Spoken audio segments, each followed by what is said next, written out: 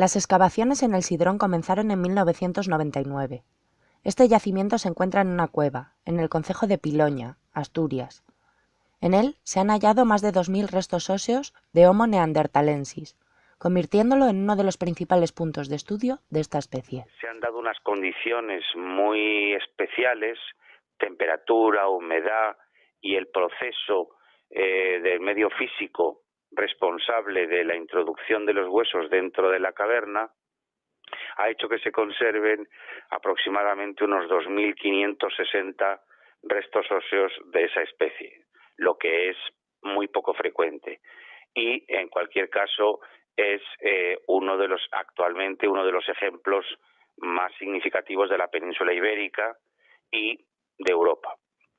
Las aportaciones han sido varias, básicamente en cinco grandes bloques, uno que sería el arqueológico, otro que sería el antropológico, otro que sería el genético y otro que sería la geología y otro que sería la cronometría, es decir, todas las dataciones que se han realizado en el yacimiento, en diferentes elementos del yacimiento y de los restos óseos, etcétera. En estos proyectos, el trabajo interdisciplinar se hace imprescindible, ya que dependiendo de los restos encontrados, será una u otra disciplina a través de la cual se realizará su estudio. Así nos lo explicaba el profesor Marco de la Rasilla Vives. Cualquiera que sea arqueólogo, y los prehistoriadores, como es mi caso, somos arqueólogos por definición, porque es el procedimiento que nosotros tenemos para recuperar nuestra información, nuestros datos y lo que llamamos el registro arqueológico, trabajamos desde siempre con diferentes disciplinas y técnicas analíticas aplicadas. No puede ser de otra manera. ¿Por qué? Pues porque esos restos están dentro de un sedimento y de un espacio físico determinado, que lógicamente influye de una u otra manera en ese yacimiento. Trabajamos también, si encontramos restos humanos, con paleoantropólogos. A su vez, ahora los estudios genéticos, en cuanto hay hueso, pues lógicamente también es necesario. Trabajamos también con paleontólogos, porque aparece fauna en muchos sitios. Trabajamos con paleobotánicos, porque hay restos de pólenes, etcétera. Y así podría seguir mucho tiempo, en función de lo que aparece y en función de la realidad de un yacimiento arqueológico. Hay una gran cantidad de disciplinas y de técnicas analíticas que son estrictamente necesarias. De modo que para nosotros es consustancial con nuestra investigación. Y lo interesante de todo esto no es que sea multidisciplinar, es decir, muchas disciplinas, que sí, sino interdisciplinar, que estén bien trabadas, que tengan coherencia, que las preguntas y las hipótesis que se planteen pues sean correctas, y todas ellas, desde su propia forma de entender la realidad y los datos que cada una aporta, al final lo que hace es una síntesis de ese yacimiento arqueológico y de esos restos que han pertenecido a unos grupos humanos de un tiempo y una especie dada. En el Sidrón se han desarrollado diferentes estudios genéticos que han permitido conocer tanto rasgos físicos como de comportamiento de sus habitantes. Este yacimiento también ha participado en el proyecto del genoma neandertal.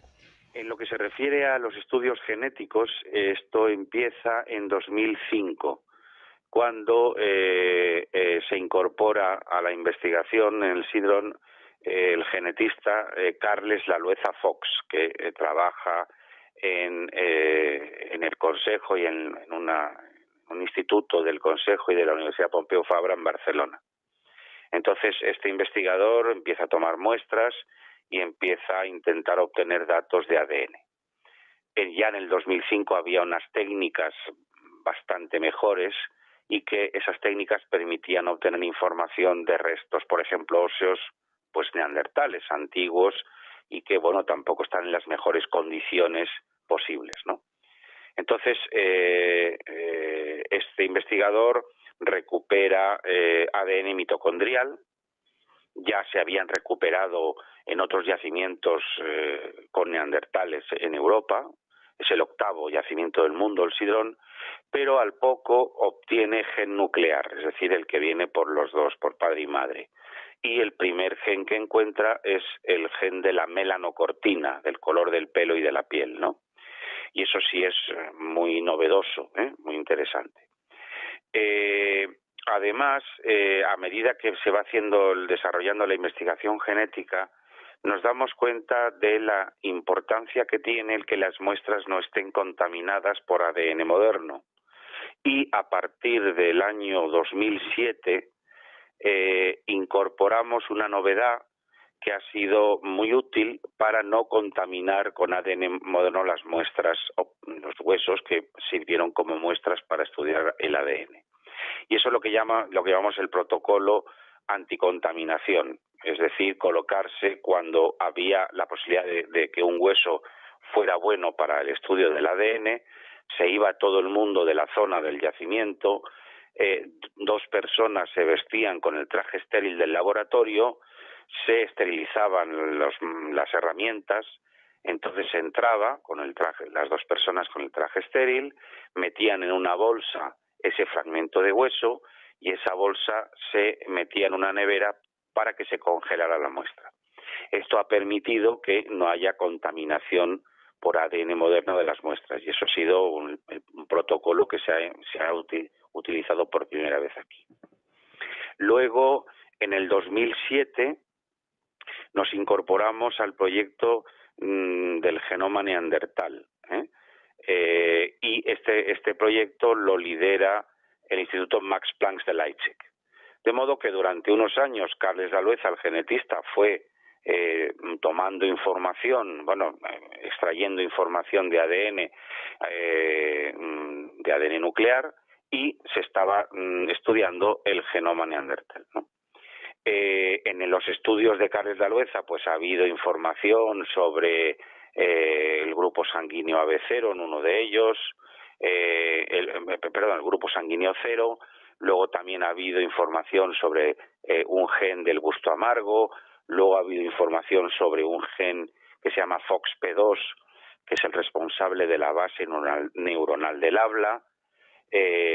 También se ha trabajado en el estudio de la patrilocalidad, es decir, se ha obtenido la información sobre 3 mujeres del grupo del Sidrón, que cada una tiene un linaje mitocondrial diferente, y se ha visto cómo varios individuos masculinos de ese grupo están asociados a la mujer del linaje A, ninguno a la mujer del linaje B y 3 a la mujer del linaje C, lo que quiere decir que estos grupos, como pasa en muchas sociedades cazadoras-recolectoras, se movían las mujeres por el territorio y los varones y los hombres estaban más estables en dicho territorio, ¿no?